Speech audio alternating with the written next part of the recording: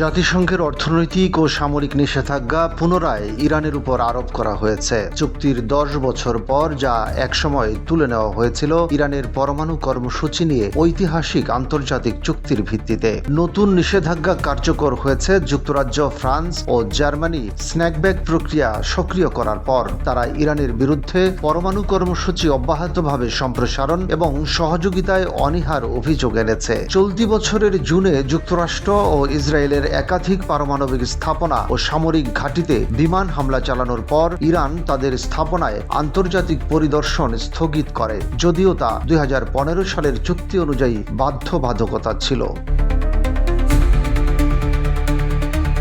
গত সপ্তাহে ইরানের প্রেসিডেন্ট মাসুদ পেজেশকিয়ান বলেছেন দেশটির পারমাণবিক অস্ত্র তৈরির কোনো ইচ্ছা নেই, তবে তিনি নতুন নিষেধাজ্ঞাকে অন্যায়, অবিচার ও অবৈধ বলে অভিহিত করেছেন। 2015 সালে স্বাক্ষরিত যৌথ সমন্বিত কর্মপরিকল্পনা বা JCPOA অনুযায়ী ইরানের পারমাণবিক স্থাপনা সমৃদ্ধ ইউরেনিয়ামের মজুদ ও গবেষণা উন্নয়নে সীমাবদ্ধতা আরোপ করা হয়। লক্ষ্য ছিল ইরানকে শান্তিপূর্ণ বিদ্যুৎ উৎপাদনে পারমাণবিক প্রযুক্তি ব্যবহারের সুযোগ দেওয়া, তবে অস্ত্র তৈরির সম্ভাবনা রোধ করা। ডোনাল্ড ট্রাম্প 2016 সালে মার্কিন প্রেসিডেন্ট নির্বাচিত হওয়ার পর চুক্তি থেকে সরে দাঁড়ান এবং ত্রুটিপূর্ণ চুক্তি হিসেবে আখ্যা দেন। এরপর থেকে ইরান নিষিদ্ধ পারমাণবিক কার্যক্রম জোরদার করে।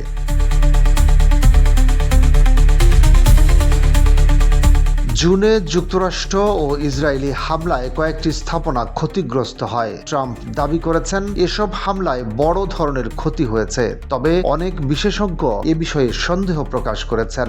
ইউরোপীয় 3 দেশ যুক্তরাজ্য, ফ্রান্স, জার্মানি এখন আলোচনার মাধ্যমে সমাধানের আশা করছে। এক যৌথ বিবৃতিতে তারা বলেছে, আমরা ইরানকে কোনো উত্তেজক পদক্ষেপ থেকে বিরত থাকার আহ্বান জানাই। জাতিসংঘের নিষেধাজ্ঞা পুনরায় আরোপ কূটনীতির সমাপ্তি নয়, তবে তারা অভিযোগ করেছেন ইরান বারবার প্রতিশ্রুতি ভঙ্গ করেছে এবং আন্তর্জাতিক পরমাণু শক্তি সংস্থা বা IAEA পরিদর্শকদের সহযোগিতা করছে না।